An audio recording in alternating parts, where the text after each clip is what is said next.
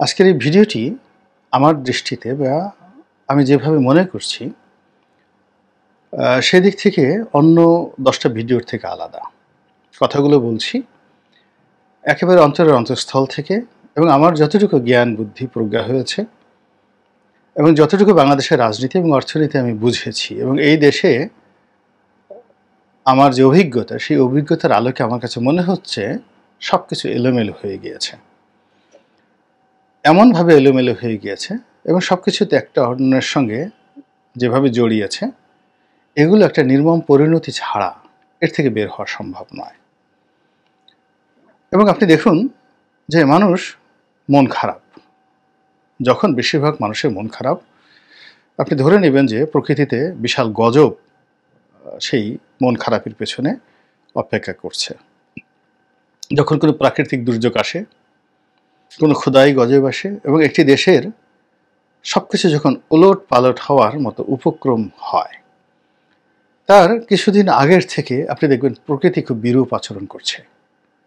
হঠাৎ গরম পড়ছে, হঠাৎ ঠান্ডা পড়ছে, অকারণে বৃষ্টি হচ্ছে, প্রবল বৃষ্টি হচ্ছে, এখানে বন্যা, ওখানে ফসল হানি, এই চুরি ডাকাতি রাহাজানি, মানুষের অধৈর্য চূড়ান্ত পর্যায়ে চলে যাওয়া, মারামারি কাটাকাটি, বিবাহ বিচ্ছেদ থেকে শুরু করে সমস্ত কিছু একটার পর একটা চলতে থাকে।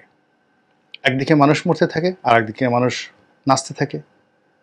তো এইরকম একটা বিশৃঙ্খল অবস্থা যখন কোনো একটা সমাজে তৈরি হয়, আপনি ধরে নেবেন যে জাতিগতভাবে, রাষ্ট্রগতভাবে, সমাজগতভাবে, পরিবারগতভাবে এরকমভাবে মানুষ বিপত্তির মধ্যে আছে। মানুষের মন বিধাতার ধন, মস্তিষ্ক বিধাতার ধন নয়। মস্তিষ্ক খুবই যুক্তিযুক্ত একটা বিষয়। মাথায় যে ঘিলু আছে, এটির যে আপনার পঞ্চেন্দ্রিয়, আপনি যা দেখেন, যা চিন্তা করেন, যা বুঝেন, এগুলোর সাথে সামঞ্জস্য রেখে আপনার মস্তিষ্ক আপনাকে সিদ্ধান্ত দেয়। যেমন ধরুন, আপনি কয়লা চিনেন না, হীরক চিনেন না, আপনার সামনে একটি কয়লা বা হীরক আসলো, আপনার মস্তিষ্ক সিগন্যাল দেবে না, তো সেক্ষেত্রে আপনার অভিজ্ঞতা লাগবে। কিংবা ধরুন আপনার সামনে একটা সাপ আসলো, একটা শিশু সাপ দেখে ভয় পায় না, কিন্তু আপনি সাপ দেখে ভয় পান। তো মস্তিষ্ক হলো স্থান কাল পাত্রভেদে অভিজ্ঞতা নিয়ে আপনাকে সিগন্যাল দেয়।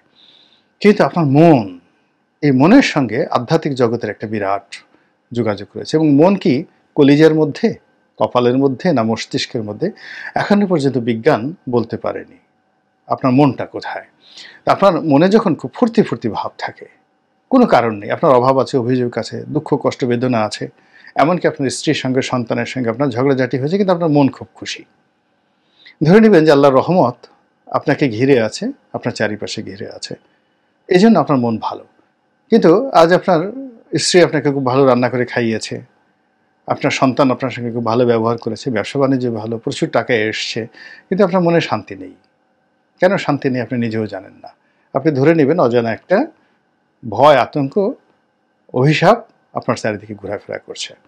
তো তদ্রূপ আমাদের যে জাতীয় জীবন এই মুহূর্তে, এরকম অসংখ্য ভয় এবং আতঙ্ক মানুষকে একেবারে অক্টোপাসের মধ্যে চেপে ধরেছে। ফলে রাস্তায় রিক্সাওয়ালা থেকে শুরু করে একেবারে সর্বোচ্চ পর্যায় পর্যন্ত কারো মধ্যে উচ্ছল প্রাণবন্ত হাসি আপনি দেখতে পাবেন না।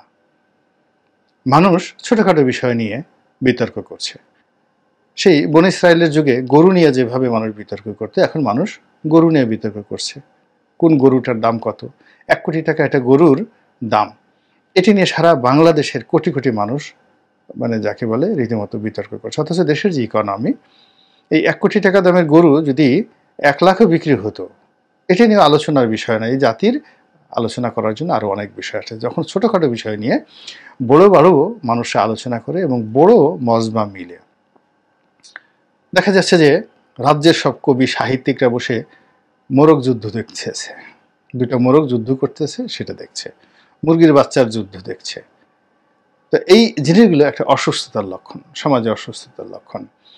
এখন আমাদের এই বাংলাদেশে যেটা হচ্ছে, পর্দার আড়ালে, ক্ষমতার আড়ালে, যেখানে যেখানে ক্ষমতা আছে সেখানে এমন কিছু ঘটছে, যেই ঘটার ফলে সত্যিকার অর্থে প্রশাসনের কোনো জায়গাতে আপনি কোনো সুখ, শান্তি এবং সমৃদ্ধি, কোনো নজির আপনি পাবেন না।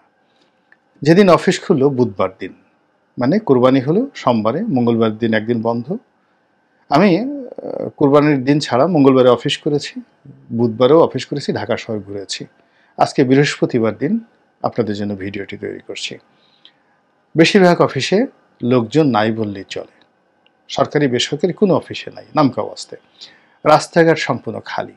এর আগেও বিভিন্ন সময় শহর খালি হয়ে গিয়েছে, কিন্তু এইরকম কখনো খালি হয়নি। এর কারণ হলো শহরে ফেরার কোনো তাগিদ নেই। এই শহরে আগের মতো কাজ নেই, এই শহরে আগের মতো আকর্ষণ নেই, এই শহরে আগের মতো সুখ এবং শান্তি নেই। মানুষ সুখের জন্য সে তার যে প্রান্তিক ঠিকানা গ্রামে সে চলে গেছে। চলে যাওয়ার পর গ্রাম থেকে সে আর ফিরে আসতে চাচ্ছে না। অনেক মানুষ 50 বছর বয়স হয়নি, 51 বছর বয়স হয়নি, 60 বছরও হয়নি, সুস্থ সবল মানুষ অল অন এ সাডেন ঘুমের মধ্যে মরে যাচ্ছে। লক্ষ লক্ষ মানুষ তার নিজের অজান্তে এমন কতগুলো ফ্রাস্ট্রেশন, এমন কতগুলো দুঃখ, এমন কতগুলো বেদনা, এই বেদনার ফলে এরকম একটা অসঙ্গতি তৈরি হচ্ছে। এবং সেই অসঙ্গতির কারণেই কি হচ্ছে, খুব মানে আমাদের সমাজের একটা জানা বিষয়গুলো নিয়ে এমন কিছু ঘটছে মনে হচ্ছে যে আমরা কিছুই জানি না। সেনাবাহিনীর প্রধান আজিজ বেনজির আসাদ মিয়া পুলিশের এবং সেনাবাহিনীতে খুবই পরিচিত লোক। তারা কি কি কর্ম করতে পারেন, তাদের কতটুকু টাকা পয়সা আছে, এটা মোরালেস আমরা সবাই জানি। কিন্তু অবাক করার ব্যাপার হলো যে এই লোকগুলো সম্পর্কে ঠিক 6 মাস আগে আমাদের একটা ধারণা ছিল তারা অস্পর্শ, তাদেরকে স্পর্শ করা যাবে না, ধরা যাবে না, ছোঁয়া যাবে না, তাদেরকে ব্যাপারে কথা বলা যাবে না, কোনো শাস্তি তাদেরকে স্পর্শ করতে পারবে না, এবং তারা কেবলই মাত্র সুযোগ সুবিধা পাবেন এবং সব জায়গাতেই জামাই আদরে তারা থাকবেন। এই 6 মাস আগ পর্যন্ত তাদের সম্পর্কে এমনই ধারণা ছিল। শুধু আমাদের নয়, তারা নিজেরাও এরকম মনে করতেন।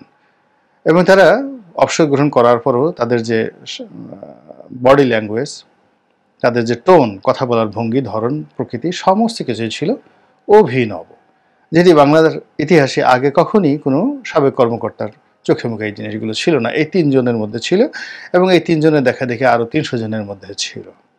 কিন্তু এই গত কয়েকদিনে এই 3 জনকে নিয়ে যে কাণ্ডগুলো ঘটেছে, এই কাণ্ডগুলো বাংলার ইতিহাসে ইতিপূর্বে কখনো ঘটেনি। তারা লোক সমাজে আসতে পারছে না, তারা দেশে না বিদেশে। ওইভাবে বলা যাচ্ছে না। আসাদ মিয়া কেউ বলছে আমেরিকায় গেছেন, কেউ বলছে সিঙ্গাপুর গেছেন। তিনি একটা ভিডিও তে বলেছেন যে তিনি দেশের বাইরে আছেন চিকিৎসা করার জন্য, কিন্তু আমেরিকা না সিঙ্গাপুর তিনি সে কথা বলেননি। বেশ দাড়ি রেখেছেন, পাকা পাকা দাড়ি, এবং একটা চেয়ারে বসে তিনি বিবৃতি দিয়েছেন যে তিনি 22 তারিখে দেশে ফিরবেন, 22 তারিখে দেশে ফিরবেন। তো আসাদুজ্জামান মিয়া ঢাকা মেট্রোপলিটন পুলিশের কমিশনার ছিলেন, এবং তাকে নিয়ে অনেকগুলো পত্রিকা রিপোর্ট করেছে। মিয়া সাহেবের যত সম্পত্তি, এটা সবচেয়ে জনপ্রিয় একটা হেডলাইন মানবজমিন প্রকাশ করেছে। এবং এর ধারাবাহিকতায় অন্যান্য ছোট ছোট যারা নিউজ পোর্টাল আছে এবং ব্যক্তি আছে সামাজিক মাধ্যমে, তার 14 গোষ্ঠী কার কি আছে না আছে সব কিছু একটার পর একটা চলে আসছে। তো এই যে আসাদ মিয়াকে নিয়ে এরকম একটা ঘটনা ঘটবে, বেনজির সাহেবকে নিয়ে এমন একটা ঘটনা ঘটবে, আজিজ সাহেবকে নিয়ে এরকম ঘটনা ঘটবে, এবং ঘটে যাচ্ছে, শুধু একটার পর একটা ঘটে যাচ্ছে।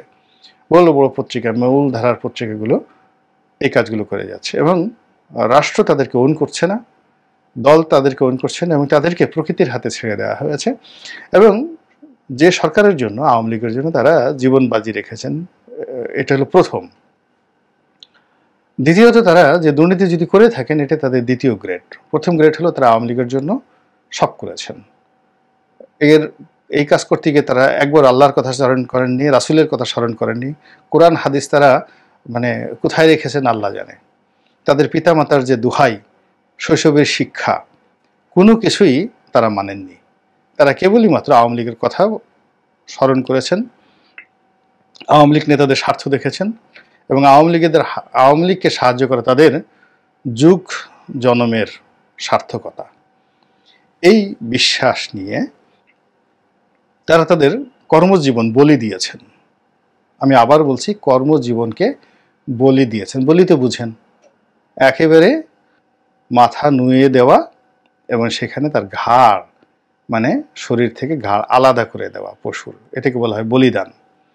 তো তাদের যে সার্ভিস লাইফ, সেই সার্ভিস লাইফটি আওয়ামী লীগের কাছে তারা বলি দিয়েছেন নিঃশর্তভাবে। আর সেই বলি দেওয়ার পরে যখন তারা সফল হয়েছেন, আওয়ামী লীগ সফল হয়েছেন, তখন তারা যে দুর্নীতির অভিযোগগুলো এসছে তখন তারা সেই কাজগুলো করেছেন কম আর বেশি। একেবারে যে করেননি তাও বলা যাবে না, আর সব যে করেছেন তাও বলা যাবে না। এই কাজগুলো করেছেন। তো তাদের দ্বিতীয় যে কর্মটি সেটা হলো প্রথম কর্মজাত। প্রথমে তারা যদি নিজেদেরকে বলিদান না দিতেন, আওয়ামী লীগে ভালো না বাসতেন, তাহলে দ্বিতীয় কর্মটি তারা করার কখনোই সুযোগ পেতেন না। ধরুন বাপের পকেট থেকে অনেকে টাকা নেয়, মায়ের আলমারি থেকে টাকা চুরি করে, এটা স্বাভাবিক। মনে করে এটা আমাদের সংসার, বাপের টাকা চুরি করা কোনো অন্যায় বিষয় নয়।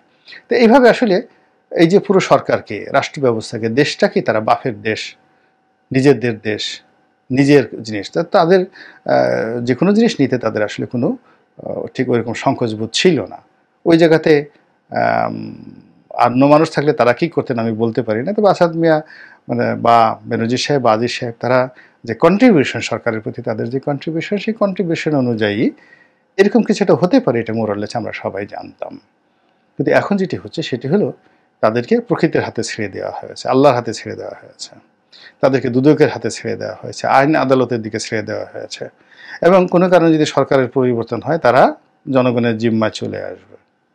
তারা আসবে, তাদের আত্মীয় স্বজন আসবে, তাদের সহায় সম্পত্তি আসবে, তাদের নাতি পুতি ধুতি সুতি, এই পরবর্তী বংশধর আসতেই থাকবে। জনগণের ক্রোশে মানে ক্রোধের শিকার হতে পারে। এবং জনগণের ক্রোধ যে কি পরিমাণ যায়, আপনি এখন এই যে গরু নিয়ে যে বাংলাদেশে তুলকালাম কাণ্ড হচ্ছে, যারা গরু কিনেছেন, যারা গরু বিক্রি করেছেন, এই সব মানুষগুলো ঠিক একটা পাগলের মতো হয়ে গেছে, পারলে সেই কি যে করে। তো এইরকম একটা বিশ্রী অবস্থার সৃষ্টি হয়েছে। এবং এই বিশ্রী অবস্থার কারণে কি হচ্ছে, সরকার অভ্যন্তরে যে ক্ষমতার বলয়গুলো, যেগুলো সরকারকে ক্ষমতায় বিভিন্ন সময় এনেছে, এবং অনাগত দিনে সরকারকে ক্ষমতায় থাকতে হলে এবং ক্ষমতা আসতে হলে এই বলয়গুলোকে আরও শক্তিশালী করতে হবে। আরও নতুন বেনজির লাগবে উইথ নিউ ডাইমেনশন, নতুন আসাদুজ্জামান মিয়া লাগবে, নতুন আজিজ লাগবে, নিউ ডাইমেনশনে লাগবে। তো এই আজিজ, বেনজির এবং আসাদ তৈরির যে ফার্ম হাউস বা মেশিন, সেই মেশিনটি এই কাণ্ড কারখানার ফলে অকেজো হয়ে গেছে। ফলে কোন বনেগা আসাদ, কোন বনেগা বেনজির, কোন বনেগা আজিজ, এই যে প্রকল্পগুলো, সেই প্রকল্পগুলো অন্ধকারের মধ্যে পড়েছে, অনিশ্চয়তার মধ্যে পড়েছে। এবং এই প্রকল্পে যারা অভিনয় করবেন, এই প্রকল্পে যারা শ্রম দিবেন, এই প্রকল্পের যারা প্রকল্প কর্মকর্তা হবেন, সদস্য হবেন, তাদের মধ্যে এক ধরনের আতঙ্ক ছড়িয়ে পড়েছে। সবাই, আমরা বাংলায় যেটা খুব টাসকি বলি, অনেকটা টাসকি খেয়ে গিয়েছেন যে কি হলো, কি লাভ, কি আর করব, আমাদের কি হবে গো, কই যাব গো, যাওয়ার তো জায়গা নেই, কোথায় রাখবো যে টাকাগুলো আছে, একটা ফ্ল্যাট কিনেছি, 10টা ফ্ল্যাট কিনেছি, যা কিনেছি, কী হবে এগুলোর। আর অনেক ঘাপটি মেরে থাকা বড় বড় যারা কুশীলব, অনেক টাকা পয়সা যারা রোজগার করে ফেলছেন, তাদের জীবন রীতিমতো হারাম হয়ে গিয়েছে। তো কাজেই এই যে অভ্যন্তর পর্দার অন্তরালে যে পায়ের আওয়াজ শুরু হয়েছে, পর্দার অন্তরালে যে বুটের আওয়াজ শুরু হয়েছে, জুতার আওয়াজ শুরু হয়েছে, সেই জিনিসগুলো কি আপনি শুনতে পাচ্ছেন? যদি এখনো শুনতে না পান, একটু ভালো করে কান পাতেন, তাহলেই বুঝতে পারবেন। এবং সেই অনুযায়ী যদি আপনি সিদ্ধান্ত নেন, সতর্ক থাকেন, তাহলে অনেকের জন্য, আপনার জন্য ভালো হবে। আল্লাহ আপনাকে, আমাকে, আমাদের সবাইকে রক্ষা করুন, হেদায়েত দান করুন এবং আমাদেরকে ভালো রাখুন।